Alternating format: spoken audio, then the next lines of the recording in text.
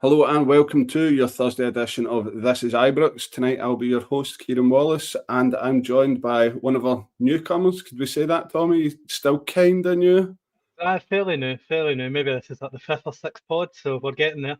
Getting your feet under the table, that's it. So we'll not hang around, we'll get straight into things because in the world of Rangers, news is never far away, and we'll be looking at all things Muscat, the manager search, how much of a shambles the whole thing has been, and looking at our caretaker for this Saturday's home tie against Dundee United.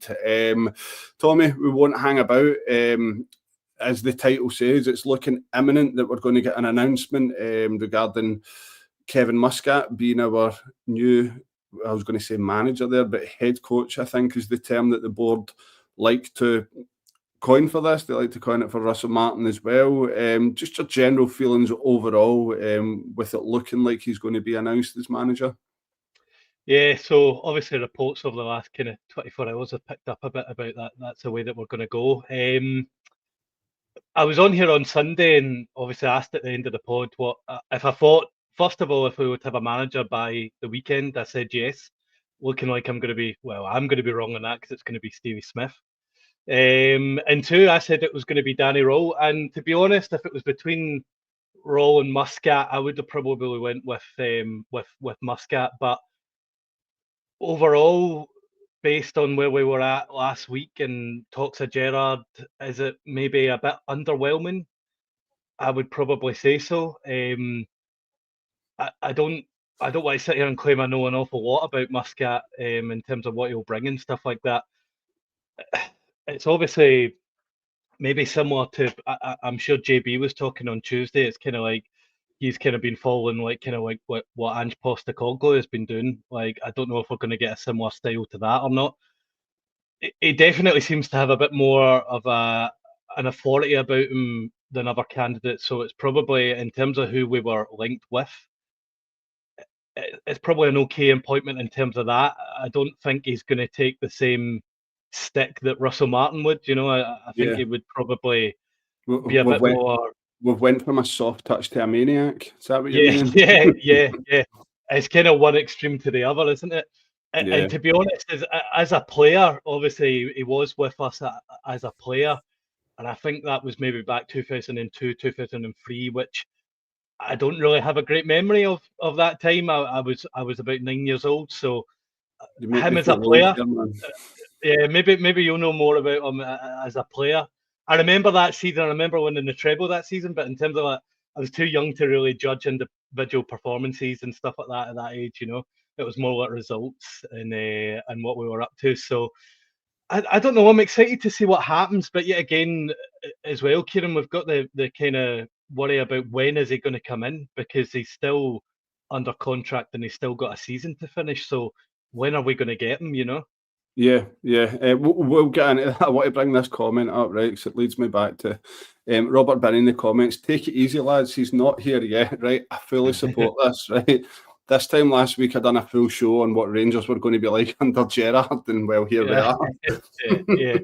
And I wouldn't be surprised next week if it was a completely different name somehow. That's just the way that this whole process has went. I'm really looking forward to seeing how Danny Roll does against Brian. I know. On Muscat, I'll be honest, and I think I said it on here numerous times. I just didn't feel like it was the right appointment for us, and I've never really been excited by it, given that I felt that we were the only club that were ever linked with him, and I think that comes off the back of one, he played for us, and two, and how Ange Postecoglou done across the city. So it almost felt like a lazy link, and it probably feels that the last board maybe felt that when it came down to between him and Clement. Now, that doesn't mean to say that I don't want him completely. I don't think that's the case now. I think the way I feel about it is it doesn't get me excited, but it offers a lot of intrigue into what it could be like, because I don't know about you, but I've tried to do a lot of research because we need to come on here and do this and try and pretend we know what we're talking about. I've found it difficult to find out really what he's all about, if you get what I mean, like what his style's like, and what his interviews are like, how he carries himself as not so much a head coach or a manager, but like as a person and how he deals with players. I've just found it a wee bit difficult to find a lot of them, which makes me think, how much do the current board and the current ownership group know about Kevin Muscat? By all means, his record speaks for itself of what he's won and how successful he's been at different clubs. Who, if you went, I think there was a tweet going about the account Zimmerman posted about where he picked teams up, giving them their highest points total, highest finishes, and the stuff that he's brought won at these certain clubs. So you've really got to take your hat off to him with that. In terms of in the context of the managerial search, he's probably, well, aside from Gerrard, I'm Gerrard's biggest fan. I said Gerrard, if it wasn't to be Gerrard, and I looked at the other candidates, Muscat would probably be the one that satisfies me the most out of the other candidates, because I just wasn't impressed by them all. Now, one thing as well, the whole head coach and manager thing, I hate it. I absolutely hate it.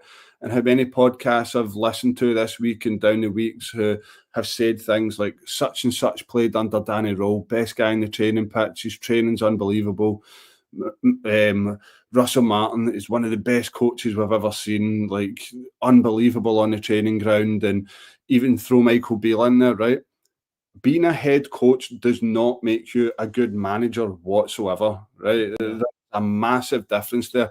How many people have you heard that say Gerrard's the greatest coach they've ever played under, or dare I use his name, Walter Smith's the greatest coach on the training ground, right? Manager and head coach, two completely different things. And the small things that I've picked up on from the Muscat stuff, like there was a good account, I think it's a journalist from Australia was posting.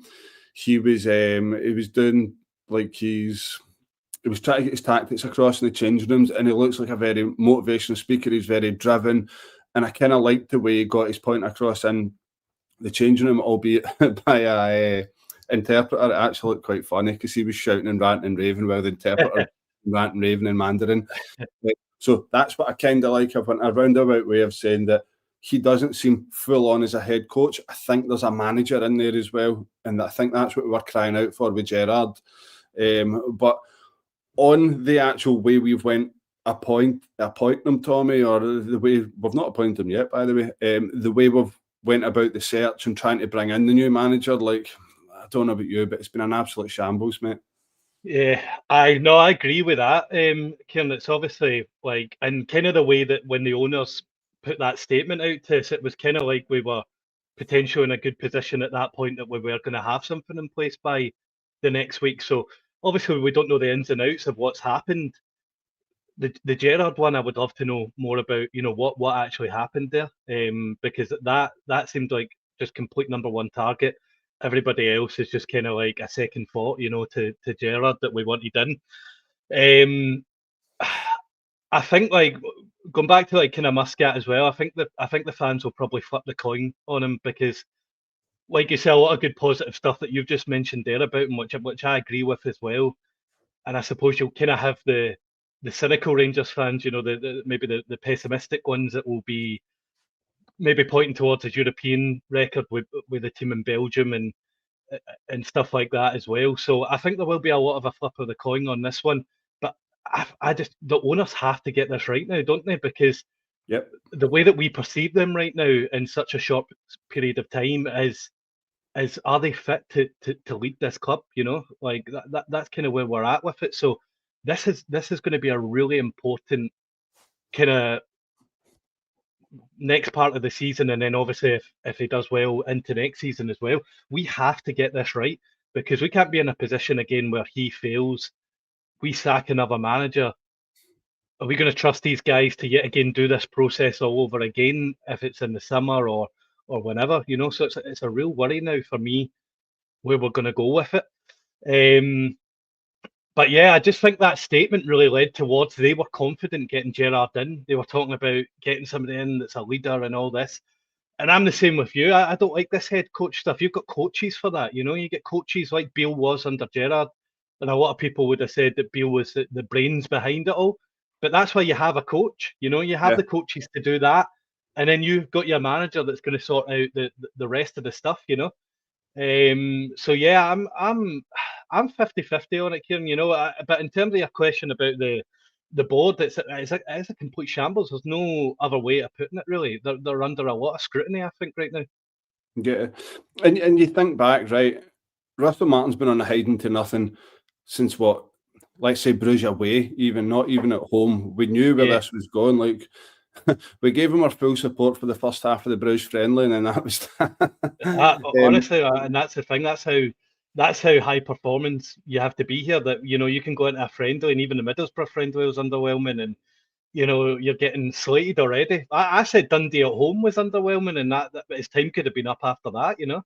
Yeah, and you've got to be thinking, right? Even after these games, you've got a CEO in place and you have got a sporting director in place, right? It's their job to be planning ahead, to know what's coming next. So, see, even if you fully believe that you're going to back the guy and he's not going to be sacked, you've still got to be looking at who's going to be the next guy. It's their job to put continuity in place. And then what happens, right? They've obviously not planned ahead. The owners have stepped in, like you say, put out that statement. It seems to me like they've put their full eggs in the basket of Gerrard joining us, because, again, that feels like he was maybe sounded out before Russell Martin was gone, like any proper football club would, but we're not a proper football club in those circumstances.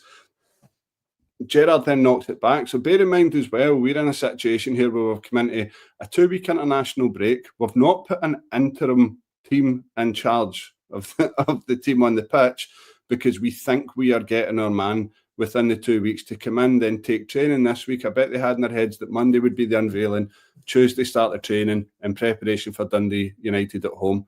It doesn't happen. We've not heard a thing from them. And then all of a sudden, the guys that are meant to be continuity planning aren't even part of the process. So what are they doing? What is the jobs of Thelwell and Stewart? And this now all goes back to the appointment of Russell Martin. These two guys were left in charge to come up with names and bring in a manager that was going to take this club to the next level. The best that they could come up with was David Ancelotti and Russell Martin. And it's now set us back another season, because a guy like Muscat coming in at this point in the season, for me, he's going to find it difficult. And I hate to compare him, right? But you see a lot of likeliness. We had a wee comment there as well that I'm going to put up to kind of support my working here, saying, "Hey boys, 5 a.m. here, Aussie hoops fan." It's a one-off, right? Big fan of Muscat. He's very solid, taking parts of Ange Postecoglou and Australia's national coach Tony Popovich. Okay, so two coaches that are very good coaches that we know that, and good managers, right? But these style of plays don't work overnight. You've seen that with Postecoglou here. When he got it going, it worked for him. But that first 6 months, if it wasn't for Gerrard leaving us and Gio coming in and our focus switching to Europe, he probably wouldn't have got that full first season at Celtic. It went that bad. So for me, with Muscat coming in at this part of the season, as opposed to when we appointed Russell Martin, it makes it very difficult for him, especially with trying to train that in, and with the team playing such an expansive style of football, it's probably going to breed a lot of injuries. You hear managers and players and ex-players talking about when you change manager and you change training patterns and training systems so much with players, their bodies can't adjust. So that's maybe my biggest worry about it all. The other big worry, and the elephant in the room, would be that it looks that if he does come, he wouldn't be coming till November the 22nd, I think, seems to be the date. I think that's when the season finishes, yeah. Is that the week season, or is that, are they still in sort like not a European Cup, but their equivalent? I'm not quite sure. So what I do know is that they've got 4 games left in the league. They're currently 2 points clear. But it may not be that he waits to play out the 4 games. It may be that depending on results elsewhere, if they were to win the league earlier, he would come over earlier. You can just see people in the Loudon on Saturday saying, "Anybody know what the Chengdu Rongchen score was yesterday?" We're all keeping a close eye on it now, aren't we? We're all looking forward to the matches. We're going to watch them. But I don't. How many games are we willing to sacrifice in? Like, because that's what it kind of feels like, isn't it? That That we're would be kind of seven between and now and including then. a semi-final like against Yep. Celtic. So it's a big risk. That's a big risk. I know, and it goes back to the point again of saying that they put the eggs in Gerrard's basket, expecting that we would get him in within a week. Now we're completely at the other end of the spectrum where it looks like we're not getting a guy into the end of November.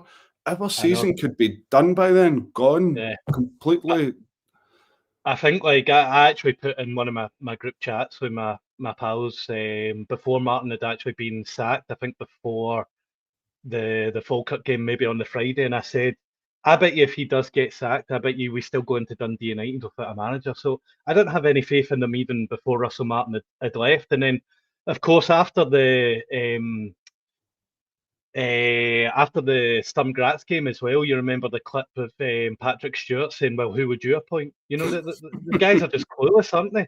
And I think that clip sort of says a lot now into the position that I know they didn't really have much control over the appointment this time around, but like, why would you trust a guy that's going and saying that? You know, oh well, who would you appoint? So, and then I've got my pal in my group chat as well making a joke that Patrick Stewart was going to go on Twitter and do a poll for it. You know, whoever the fans want, you know, just get in. That's the way it seemed, you know, but that was a bit of a shambles as well, wasn't it? Aye, absolutely. And somebody's made a comment here. I can't quite find it talking about adapting. Now, this is a big thing for me with the Rangers manager coming in. I mean, I'll use Giovanni Van Bronckhorst as one example. His style of football tactically in Europe was unbelievable, right? He took us all the way to the Europa League final with a team that punched completely above its weight given the opposition that we were coming up against. But when it came to domestic in Scotland, he couldn't quite do it. Now, my biggest qualm, and again, I say it again, I don't know enough about Muscat. I couldn't quite find enough. What I did watch was a lot of highlights for Shanghai Port games, stuff like that. I'd never thought I'd be saying that line. I know. And I did find the standard not very great whatsoever. So it was still quite difficult to find out what he was like as a manager. But again, it's hard to try and find out, can he adapt these difficult away grounds that you go to in Europe? Can you adapt to go and play that sort of siege defending, counter-attacking football? Or is it going to be one way and his way? And if you can't do plan A better, then it's not going to work. Do you think a team in the Chinese league, if they were in for a Scottish manager and they had to watch clips of the SPFL, do you think they would be going on their podcast saying that standard's awful, you know, talking about our league? I don't know how it translates, you know, like between, like it's hard to judge really, isn't it? Like the standard of that compared to, you know, like what makes you say the standard was bad? Just like kind of generic poor defending, like mistakes, like. It just felt slow and it felt like I was watching it and I knew it was going to happen next in terms of where the players were moving. Like a lot of time on the ball and stuff like that you probably wouldn't maybe get here. Yeah. And that's me talking from the point of view that we've had to sit and watch a Russell Martin team. I know. But listen, it's not easy to go to these places and win leagues the way that he does, because that was what is it Melbourne Victory? Remind me the Japanese team's name. Maybe somebody in the comments could if you can't. And then more sooner, was it Yokohama or something like that? Yes, well done, man. Well done. And then I didn't even Google that. And then Shanghai Port. So he's done extremely well. And what I will say, I'll caveat it with saying as well, if his style of football is anything like Angie's, then I'd take that all day long, because what we thought we were getting with Russell Martin was this aggressive front foot press from the front three, and that we weren't going to give the defenders a minute's peace. And we never ever got that. Whether we're set up to do that, whether guys like Miovski or Sharmuti can do that, I don't know. I really don't know. I think what worked really well with Ange as well, I don't want to talk too much about them, but obviously like having like Maida and players like that, like do we kind of have, you know, like a presser like that, you know, which is probably a big role for the system as well. So is it a case of we're sitting here talking again like he needs his own players in? Because it feels like, you know, we're saying that every year with a new manager. They come in and help a team, and then, you know, you like give them a few windows, you know. on that, Tommy, I'll go back to, I don't know why I said your name like that then. I'll go back to that tweet that I was talking about, the boy Zimmerman. He kind of came into clubs and he's working with players there, especially at the start of this season, was that he lost Oscar and two of his other big players and he still managed to sort of churn it out. So it looks like he's went into clubs and it's not been so much that he's spent a wad of money. I could be wrong there, but he's worked with teams that haven't been his, and that's maybe something that the board have looked at. But again, I think it comes back to as well that we're now bringing in a manager who was part of the process from the previous regime.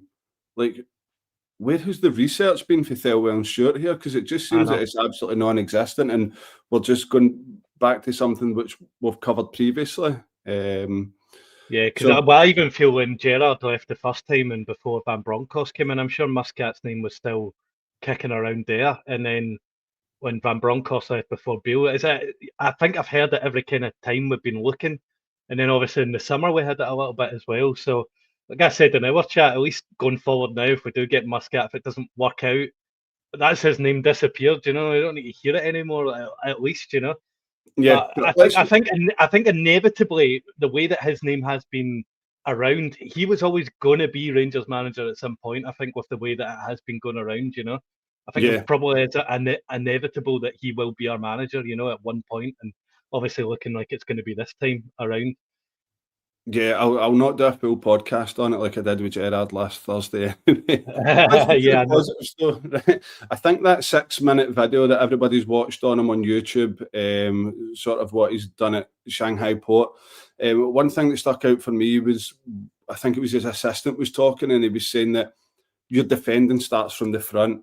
That doesn't mean you defend it as paramount, but attack is the best form of defence. The defensive line may be high. That was a wee bit, gave me PTSD a wee bit. Yeah, a wee bit, But see if that's what we're getting, I will be delighted. Now, it's saying that it's one thing, but it's the players have got to buy into it. That's what we're going to see now.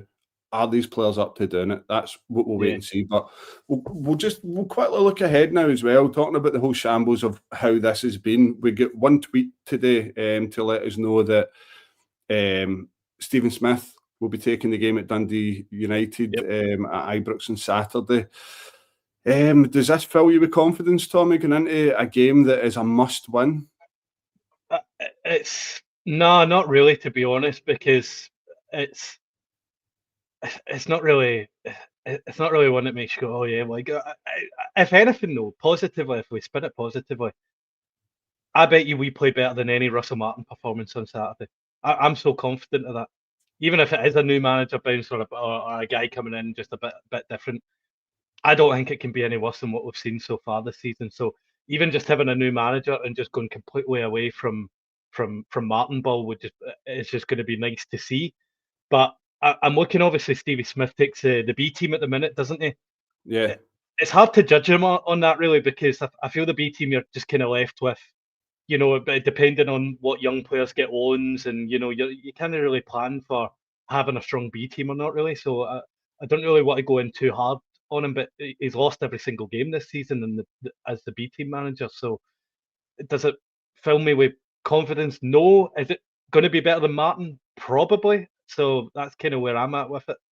Yeah, I didn't even know the B team was still a thing. But I agree with you. It wouldn't surprise me if we did come out and put on our best performance this weekend. Just under Martin, we seemed so overcoached, and just the players were a bit confused from what they were asked to do. I think if Stephen Smith comes in, gets the win, gives the board another few days to sort of put an interim team together. If it is to be Muscat and if it is to be the end of November, then we're going to have to do something like that. I know that Neil McCann's name has been bandied about for obvious reasons. I think him and Muscat have kept in touch through the years, and they share the same agent. And from what reports say, that McCann might be part of the backroom team. Now, I wouldn't mind that, because I think McCann's quite measured. He's got his finger in the pulse as far as Scottish football is concerned. And I think you could probably say that about Stephen Smith as well. Now, Dundee United currently sitting 4th. We're sitting 8th, and a win could see us leapfrog them into 3rd. Again, another line I never thought I would be saying on this I pod. know.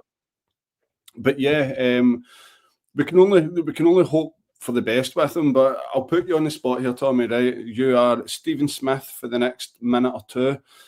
Game coming up Saturday. How are you lining up? I don't know really, to be honest, because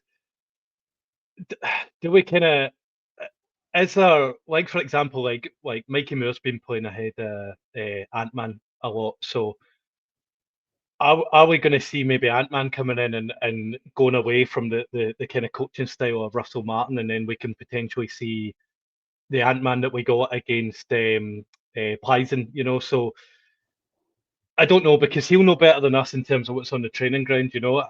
I just hope we go away from this boring backwards, you know. I hope we just have a bit of a go at it, you know. I hope we're kind of dominant. Again, we've got the decision again. Is it going to be Miofsky? Is it going to be Chermiti as well, you know? So Stevie Smith's got to make that call as well. I think they've both been away on international duty, so I don't think he would have seen maybe too much of them. I don't know how to line up, I'm going to be honest, Kyran, because this whole season has been a nightmare, to the point where under the coaching of Russell Martin, I really don't know who's good and who's bad, and if it's bad players with bad coaching, or if it's good players, bad coaching. So, you know, we're just going to have to wait and see how we line up, you know. But I just hope that we're dominant, because that's the way we need to be at Ibrox, you know, that we need to get back to this team that are dominant. Teams need to fear coming to us at Ibrox yet again. And we've barely even seen a low block this season, you know, because teams just aren't scared of really playing us, you know. We've not really seen teams sitting with 11 behind the ball, maybe Dundee a little bit, but even at that, they had probably majority of the chances as well. So I don't know, what's your thoughts on it? Because to be honest, I'm a bit of a stumbling block with it, just because I've still got PTSD from Martin, really. Yeah, I forgot what it was like to create a chance. Yeah, that's it. I think you've got to. You can't verge away too much from what I've been doing. I know it didn't work under Russell Martin, but without the complications, I think you could put a 4-3-3 out there, or a 4-3-2-1, however you look at it, and bring together some sort of performance. I'd probably go with one sitter. For me, it would either be Barron or Raskin. I'd prefer Raskin there, with Dio and Rothwell ahead of them. And just don't overcomplicate it. Just make sure we win the battle in the middle of the pitch. Make sure the wide men and your 2-8s are supporting. I'd probably go with Miofsky. I still think Chermiti's going to take a wee bit to find his feet. Nice to see him get his first goal in 527 days the other night. Yeah, it's nice, isn't it? Unbelievable and it wasn't even for us. I know. that might be the most typical Rangers thing ever. I know, we pay mate, somewhere between 8 and 10 million for a striker that's not scored in 527 days, and the first goal comes against Gibraltar for Portugal's 21s. But hey, it can only bode well, and we'll see how that goes. But yeah, I'd like to see us be solid for set pieces, just work as a tight unit and be hard to beat. We've not been hard to beat for a long, long time. So just see if that means that we turn up with a low block and hit teams in the break, which I think we're very well set up to do, because unlike last season, there's a lot of pace in the team, and Miofsky's a deadly finisher when given the chance and given proper chances up front. So yeah, for me, I'd like to see a performance and for us to be hard to beat. Do I say I'm excited to go to Ibrox? I don't know if I can say that yet, but hopefully with the next manager coming in, he can sort of bring back that buzz. And I think that's what the fans need the most. They need that wee buzz, that we start enjoying watching games again and going back to Ibrox. And let's just see where it takes us, because it's been a tough place. It's been toxic. It's just, I think that's the best way to put it. And let's just hope we're coming out the other end of that, right? We've sat here for a good half hour and said about how much a shambles that the recruitment's been. I think we've both said that Muscat wouldn't be our number one choice, and we've both said about how much we crave Rangers doing well again. But do you know something? Who knows? This could be the turning point. Who knows? This could be it. Yeah, and cards on the table, it couldn't be much worse than what it was under Martin. So it can only get better. Literally, can only go better, can't it? That's probably the positive that we can take from it, you know. Absolutely. So I think we'll end on that positive. So thanks for joining me, Tommy. First one on together. I hope there's many more. And also thank you to everybody that's commented, everybody that's viewing right now, and maybe everybody that's listening audio only. We're available on all podcast apps. You've got to see it on YouTube for everyone viewing. Make sure you're subscribing, please, so that you get a notification when we are live. We go live Tuesday, Thursday, Sunday at 7:30, and we'll cover post-match from Ibrox as well. So thank you, everybody that's tuned in. Goodbye.